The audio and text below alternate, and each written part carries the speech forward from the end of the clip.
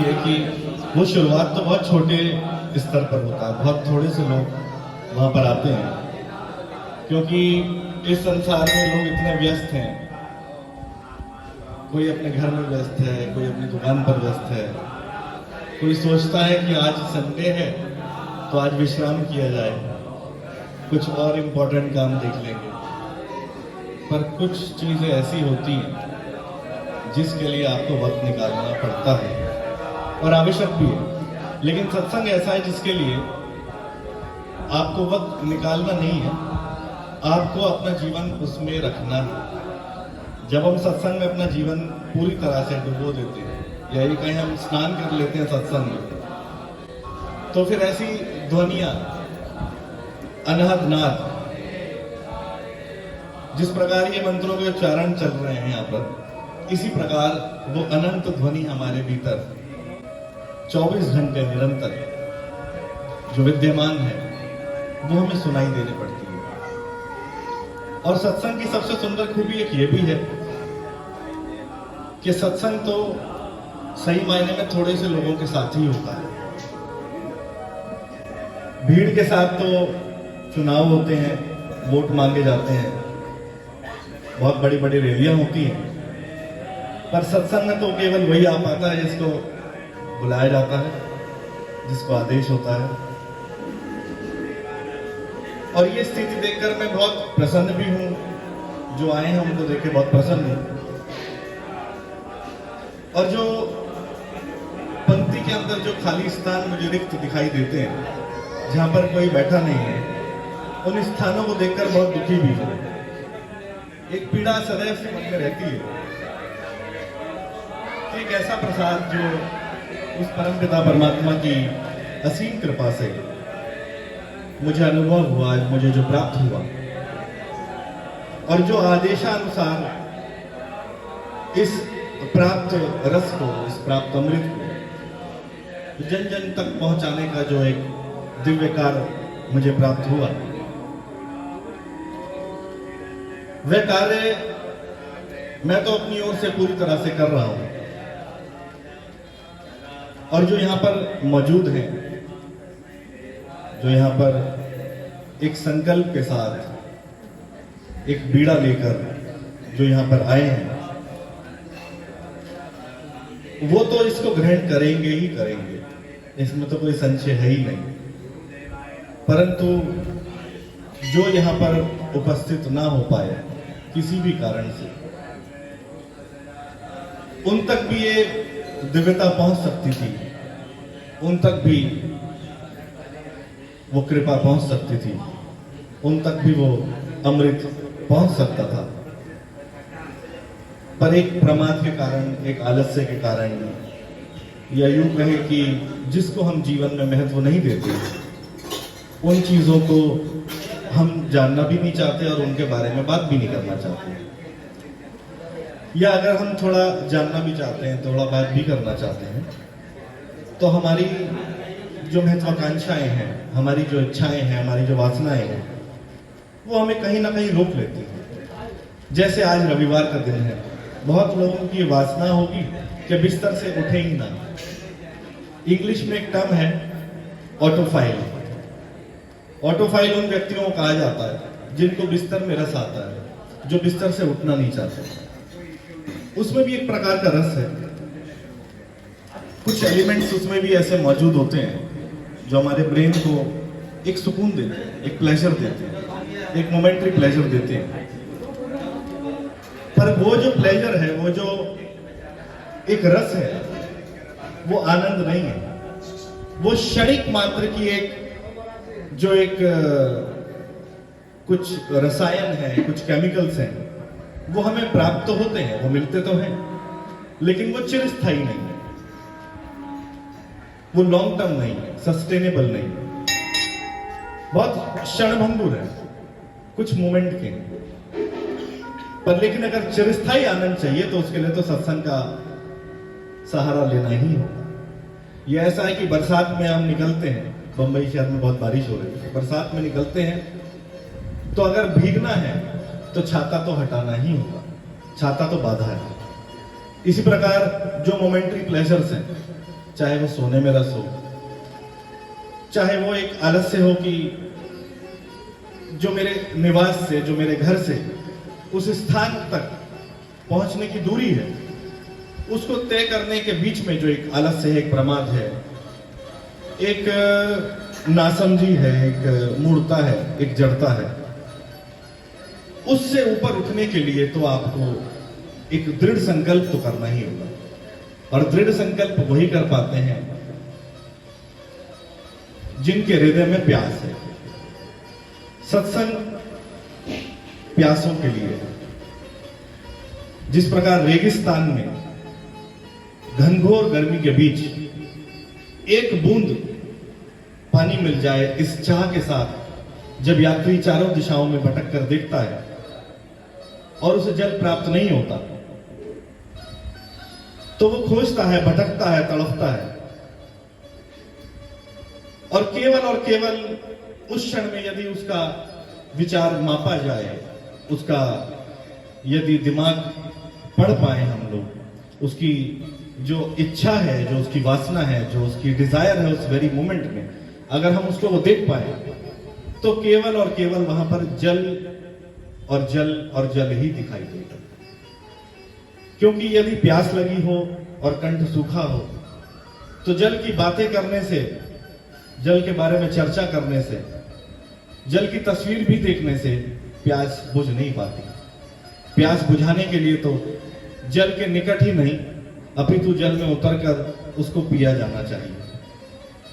यही सही तरीका है प्यास को बुझाने का। एक वो भी प्यास है जो हमारी आत्मा की प्यास है। जल की प्यास तो जल से बुझ जाएगी। जल की प्यास तो कंठ से संबंधित है, और जल की प्यास तो बहुत ही आसान है। भले ही रेगिस्तान हो, लेकिन उस रेगिस्तान में भी कुछ संभावनाएं हैं उस जल के स्तोत्र की, जहां से जल प्राप्त किया जा सकता है और कंठ की प्यास बुझाई जा सकती है। लेकिन ये जो आत्मा की प्यास है, आत्मा की प्यास तो केवल परमात्मा से ही मिटाई जा सकती है। और आत्मा की प्यास मिटाने के लिए जल के स्तोत्र के पास तो जाना ही होगा। तो यहां पर अनंत जल का स्तोत्र है, जो मैं अपने भीतर समेट कर आप लोगों के पास लेकर आया हूं। लेकिन यहां पर कितने लोग हैं ऐसे जो वाकई प्यासे हैं? यहां पर कितने लोग हैं ऐसे जो उस जल को पीना चाहते हैं? या यहां पर कितने लोग हैं ऐसे जो केवल उस जल को पीना नहीं चाहते, उस जल में पूर्णतः से विलीन हो सकते हैं? और ये विलीन होने की संभावनाएं हमारे ही भीतर है। दो बातें यहां पर बहुत महत्वपूर्ण है। जब हम केवल विचार करते हैं अपनी आत्मा की तृप्ति का, तो वहां से कुछ घटित होता है हमारे भीतर, और वो जो घटित होता है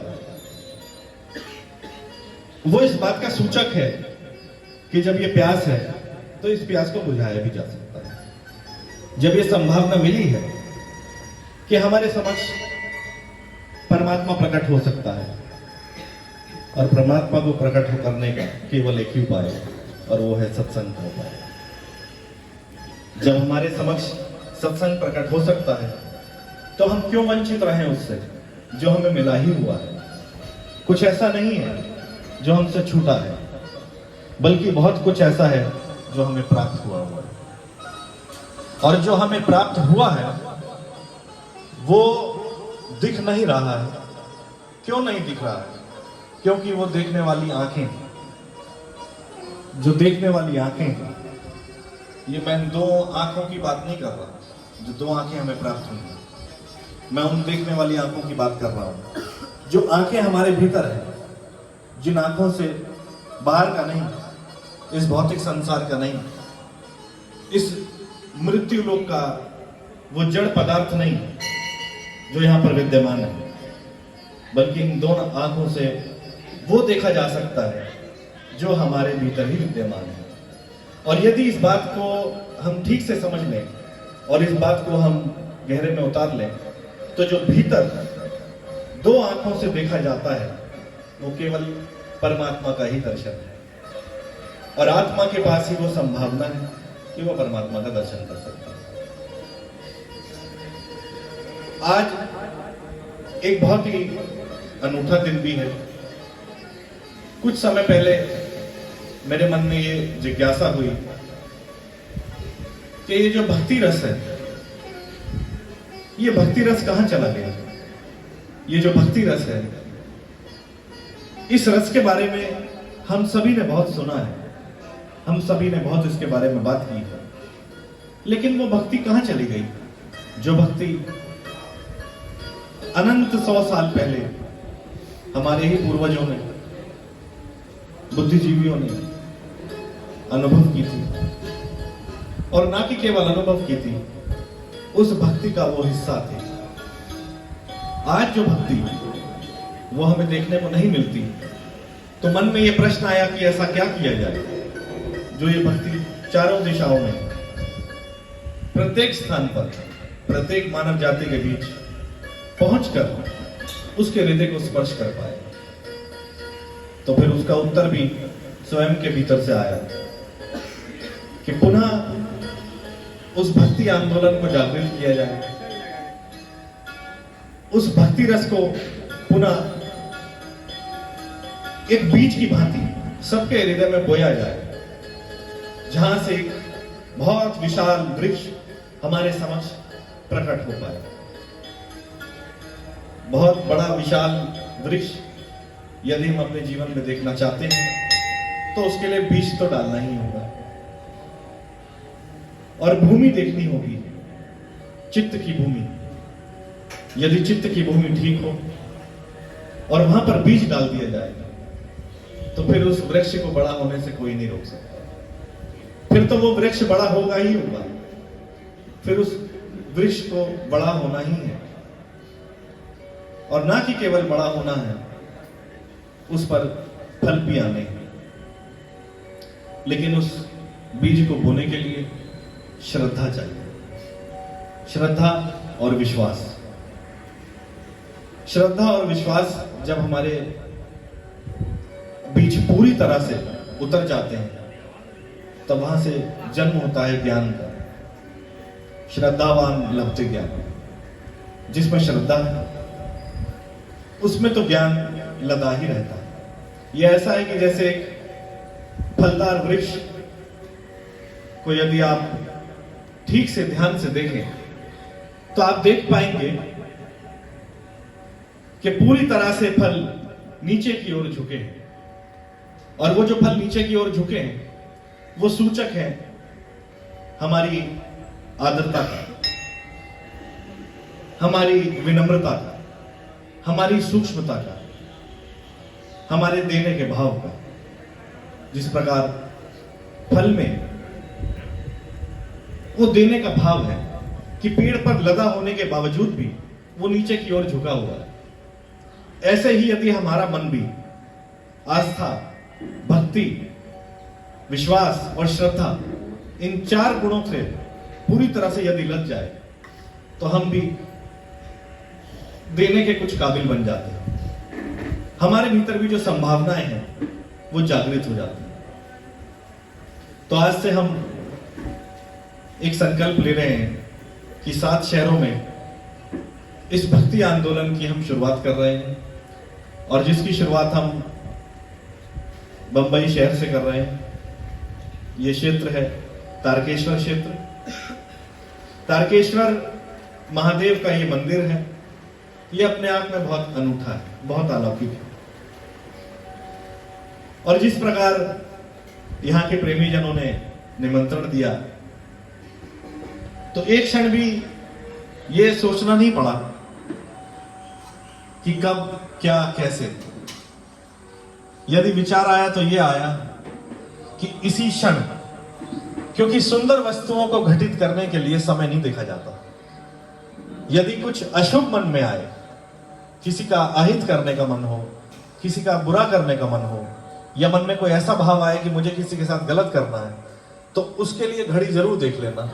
लेकिन यदि कुछ अच्छा करने का मन आए तो उसके लिए कभी घड़ी मत देखना, क्योंकि हो सकता है जो अच्छा विचार मन में आया इस क्षण वो अगले ही क्षण कहीं विदा ना हो जाए।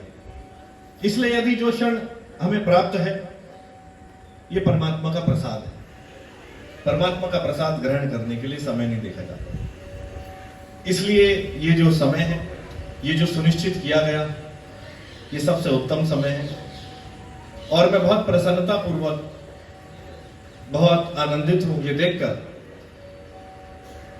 कि जब यहां से मैंने बोलना शुरू किया तो किस प्रकार वो स्थान रिक्त दिखाई दे रहे थे, लेकिन अब मुझे एक भी स्थान रिक्त दिखाई नहीं दे रहा है।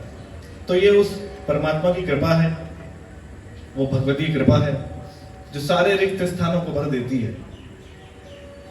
क्योंकि जब कुछ अच्छा होना होता है तो वैसा ही एक एनवायरनमेंट बनता है, वैसा एक परिवेश बनता है और पूरा माहौल चारों तरफ से बहुत सुंदर होता है। यहां मैं सामने साक्षात शिवलिंग को देख रहा हूं। केले के पत्ते इतने सुंदर लग रहे हैं जो यहाँ का वातावरण बहुत सुंदर बना रहे हैं। बहुत सुंदर टहनियों को देख पा रहा हूं जो एक दूसरे में उलझी हैं लेकिन फिर भी अपने आप में बहुत भिन्न है। उन हरे हरे पत्तों को देख पा रहा हूं जिनमें पूरी तरह से प्राण है, जो जीवंत है, जो उस स्वर को सुन रही है, जो स्वर यहां से प्रकट हो रहा है। और आज यहां से जो स्वर प्रकट होगा वो परमात्मा का स्वर प्रकट होगा, क्योंकि यहां से जो भी शब्द निकलते हैं वो उसी के शब्द हैं। और यहां पर जो सुनने वाले हैं वो सुनने वाले भी उसी का अंश हैं। तो जब हम ये पहचान जाते हैं कि हमारा ओरिजिन क्या है, हमारा सोर्स क्या है, हमारा केंद्र क्या है, तो फिर इस बात को कहना गलत नहीं होगा कि हमारे में ही संभावना है, मनुष्य में ही संभावना है भगवान बनने की। जब हम आत्मा उस परमात्मा से मिल जाती है तो वैसा है कि जैसे बूंद सागर में मिल जाए, और बूंद जब सागर में मिल जाती है तो अपना अस्तित्व खो देती है। छोटा अस्तित्व चला जाता है, जो मैं का अहंकार है वो चला जाता है, क्योंकि अहंकार भक्ति में बाधा है। जब तक मन में हमने अहंकार पकड़ा हुआ है, जब तक ये मैं होने का भाव है, तब तक वो व्यक्ति कभी भक्ति ना कर पाएगा। भक्ति तो केवल वही व्यक्ति कर पाएगा जिसने पूर्ण समर्पण में अपना जीवन न्यौछावर कर दिया हो, जिसने अपने उस अहंकार को मिटा दिया हो, जिसने अपने उस मैं के होने को मिटा दिया हो। कुछ क्षण के लिए हम मौन करेंगे और मौन के बाद हम उस भक्ति रस का भी आनंद लेंगे। शांत भाव से आंखें बंद करके कुछ क्षण मौन में बैठे। हम शिव स्थान पर बैठे हैं तो मैं मानता हूं कि हम महादेव के नाम से ही इसकी शुरुआत करते हैं। हर हर महादेव शंभु काशी विश्वनाथ गंगे। हर हर महादेव शंभो काशी विश्वनाथ गंगे। हर हर महादेव शंभु काशी विश्वनाथ गंगे। हर हर महादेव शंभो काशी विश्वनाथ गंगे।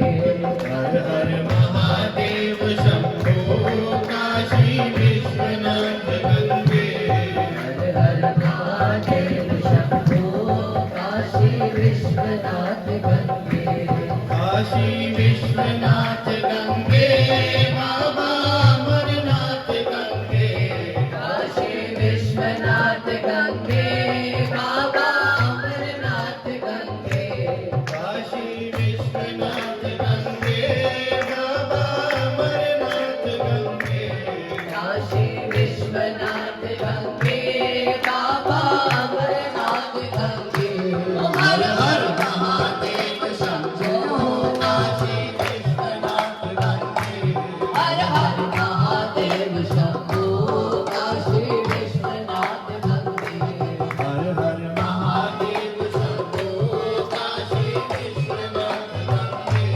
हर हर महादेव शंभो काशी विश्वनाथ गंगे। काशी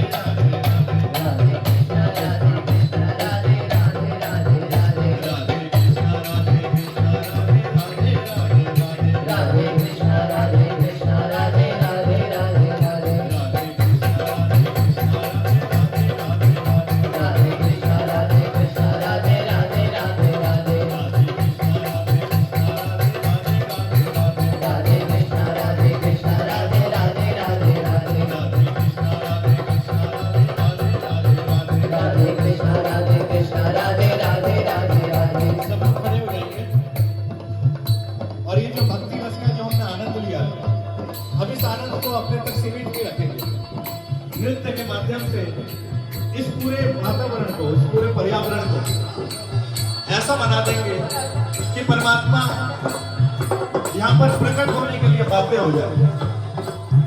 जो अवसर इस परमात्मा ने हमको यहाँ पर दिया है, सब यहाँ पर आ जाएंगे और अपना अपना स्थान ले लेंगे। अगर आगे जो आप आने में सक्षम है तो आप आगे आ जाए सब लोग।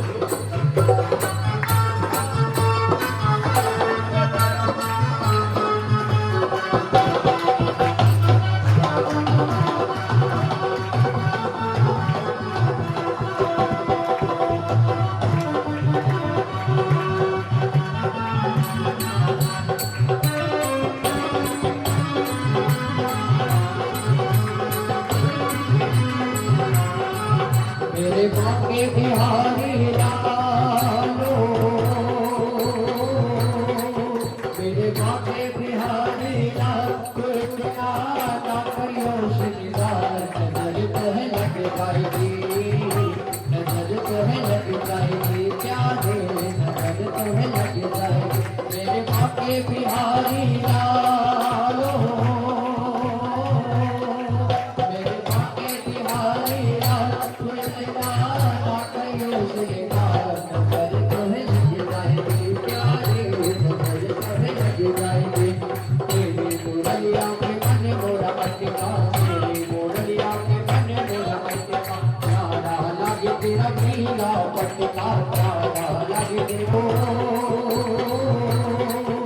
मेरे बाके बिहारी लाल, कृपया ना करियो शिकार। नजर तुम्हें लग जाएगी, नजर तुम्हें लग जाएगी, प्यारे नजर तुम्हें लग जाएगी। मेरे बाके बिहारी लालो, मेरे बाके बिहारी लाल, कृपया ना करियो शिकार। नजर तुम्हें लग जाएगी, प्यारे नजर तुम्हें लग जाएगी। तेरी मुरलिया के मन मोरा पटका, तेरी मुरलिया के मन मोरा पटका, प्यारा लगे तेरा पीला पटका, प्यारा लगे तेरा पीला। तेरे लगे घुघराले बालों, तेरे लगे घुघराले बाल, तेरा ना करियो शिकार। नजर तुम्हें लग जाएगी, प्यारे नजर तुम्हें लग जाएगी। श्री राधे राधे,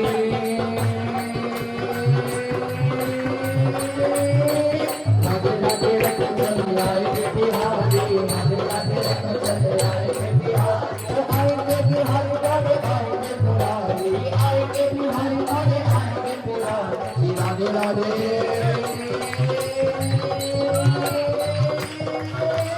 राधे राधे रखन चल आएंगे बिहारी, राधे राधे रखन चल आएंगे बिहारी। राधा मेरी चंदा चकोर है बिहारी, राधा मेरी चंदा चकोर है बिहारी। राधा रानी मिश्री के स्वाद है बिहारी, राधा रानी मिश्री के स्वाद है बिहारी। श्री राधे राधे, ऐसा चटको हो मेरा, लोकन हो मेरा, लोकन हो मेरा, लोकन हो मेरा, लोकन हो मेरा। तो ऐसा चटक मटक सोहारो, तीनों लोकन हो मेरा। ऐसा चटक मटक सोहारो, तीनों लोकन हो मेरा। झूला झूलोरी राधे राधे, झूला तेरा शाम आया रे, झूला झूलोरी राधे राधे, झूला तेरा शाम आया रे। तो शाम आया शाम आया शाम आया रे, तो शाम आया शाम आया शाम आया रे। झूला झूलोरी राधे राधे, झूला तेरा शाम आया रे। हमारे श्याम का श्याम प्रभु है रसीले, तू मस्ती में झीले झीले झीले, तू मस्ती में झीले।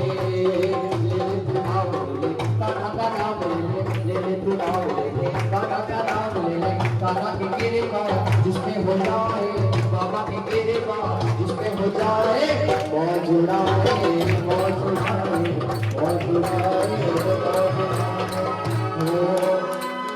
अच्छा, जो नृत्य होता है वो नहीं आता, तो अगर किसी को थोड़ी सी दिक्कत हो तो आइए गरबा रास करते हैं। याद कीजिए कि ये वो समय है, उस पूर्णिमा की रात है कि केवल एक गाना है जो रास रचा रहे हैं, बाकी सारी गोपिया ओ रास रचो है रास रचो है गोकुल नगरिया रास रचो है रास रचो है रास रचो है नाथ भरो राधा रंग छोड़ छोड़ मन माया लखाड़ी रे नाथ भरो राधा रंग छोड़ छोड़ मन माया लखाड़ी रे मन माया लखाड़ी मारा बाला मन माया लखाड़ी मारा बाला मन माया लखाड़ी रे नाथ भरो राधा रंग छोड़ छोड़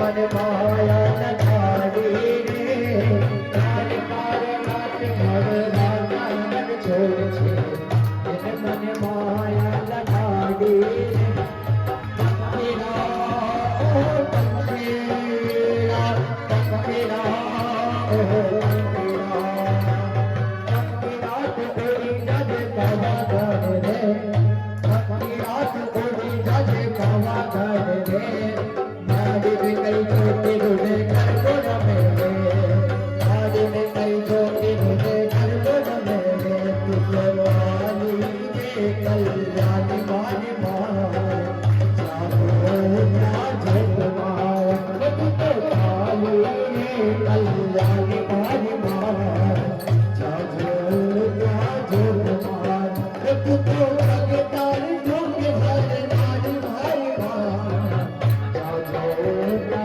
जग माया बच गया शौर सारी नगरी रे आया फिरज का जाता सवाल तेरी नगरी रे आया फिरज का जाता सवाल तेरी नगरी रे बच गया शोर सारी नगरी रे सारी नगरी रे आया फिरज का जाता सवाल तेरी नगरी रे आया फिरज का जाता सवाल तेरी नगरी रे तुम्हारा आला आला जला ये सवाल तुझे वाला आला आला जला ये सवाल तुझे वाला अरे एक दो तीन चार सब पाँच छः सात है वाला अरे एक दो तीन चार सब पाँच छः सात है वाला वाला रे वाला जला ये सवाल तुझे वाला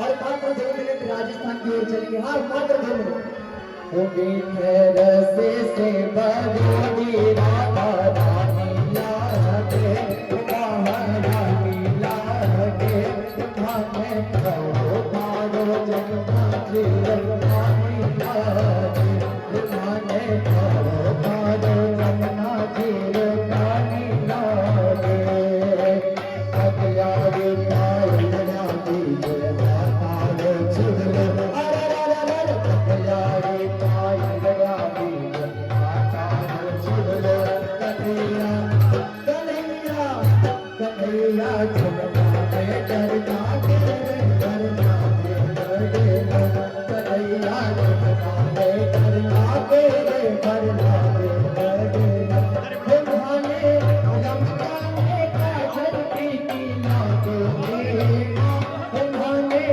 लमकाने का झलकी की लागे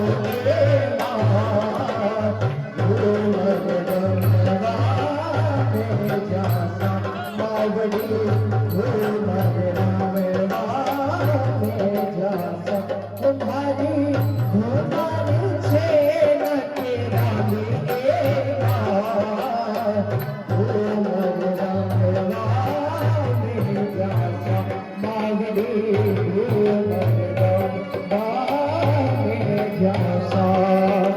कीर्तन की है रात कीर्तन की है रात बाबा आज आने वाला है कीर्तन की है रात वो कीर्तन की है रात बाबा आज थोड़ा एंजॉय करवाते हो बस। एंजॉय करो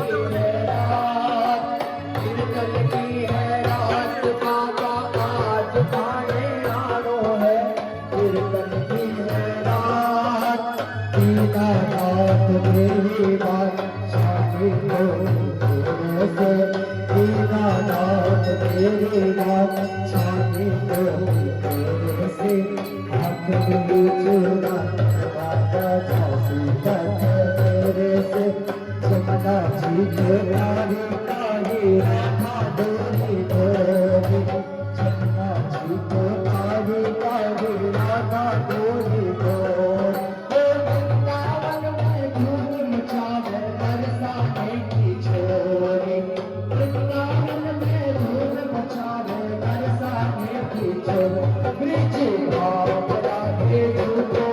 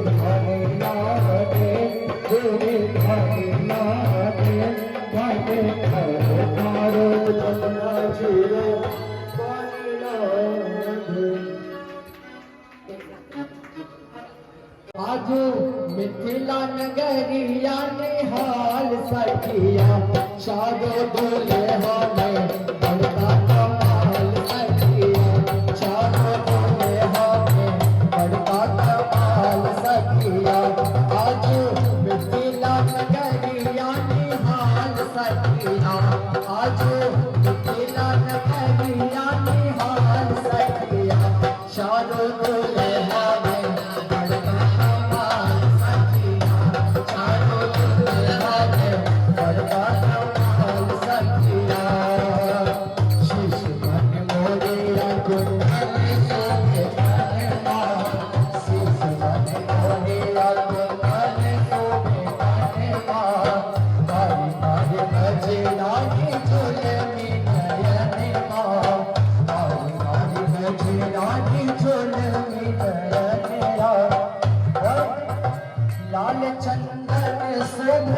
राम जी का वर्णन करते हैं कि आज मिथिला नगरिया निहाल सखिया आज मिथिला नगरिया निहाल सखिया चारों दुल्हा में बड़का कमाल सखिया चारों दुल्हा में बड़का कमाल सखिया श्यामल श्यामल गोरे गोरे छोड़िया जवान रे श्यामल श्यामल गोरे गोरे छोड़िया जवान रे अखियाँ देखे सोनले हो नातान रे अखियाँ देखे सोनले हो नातान रे सीता जी की स्त्रियाँ सीता जी से कहने लगी कि श्यामल श्यामल गोरे गोरे जोड़िया जहां है कि एक हमारे ठाकुर जी हैं इतने सुंदर वर्ण के और एक आंख में गोरे गोरे से और अखियां न देखने सुनली ना कान रे कि ऐसा आंख मैंने अपने विश्व में कभी अपने जीवन में कभी नहीं देखा है और ऐसे कान ऐसी सुंदर सी छवि ठाकुर जी की मैंने आज तक नहीं देखी है। तो सखिया कहने लगी वो झुक झुक के जीवे जोड़ी पे मिसाल सखिया आहे झुक झुक के जीवे जोड़ी पे मिसाल सखिया चारों दुल्हा में बड़का कमाल सखिया चारों दुल्हा में बड़का कमाल सखिया चारों दुल्हा में बड़का कमाल सखिया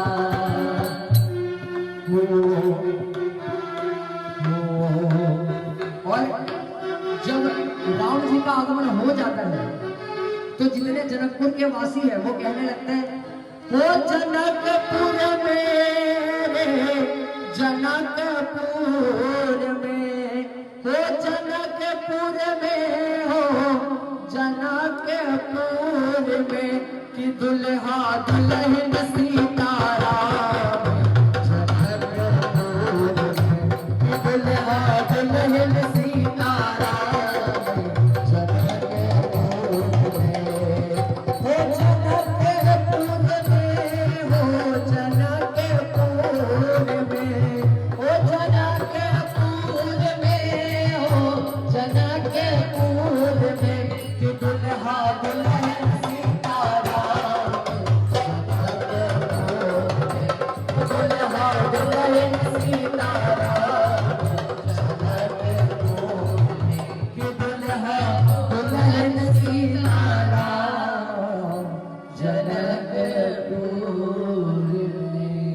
बड़े सही है और जयकारों की संख्या बिल्कुल नहीं है। तो बड़े पूरे पूरे हाथ उठा कर बोल सियावर रामचंद्र भगवान की जय, हनुमान जी महाराज की जय, शंकर भगवान की जय। आइए पुनः हम गुरुदेव जी की मीठी वाणी से उनका लाभ उठाएं और मिलकर के गुरुदेव के चरणों में पुनः चलते बोल सच्चे दरबार की जय।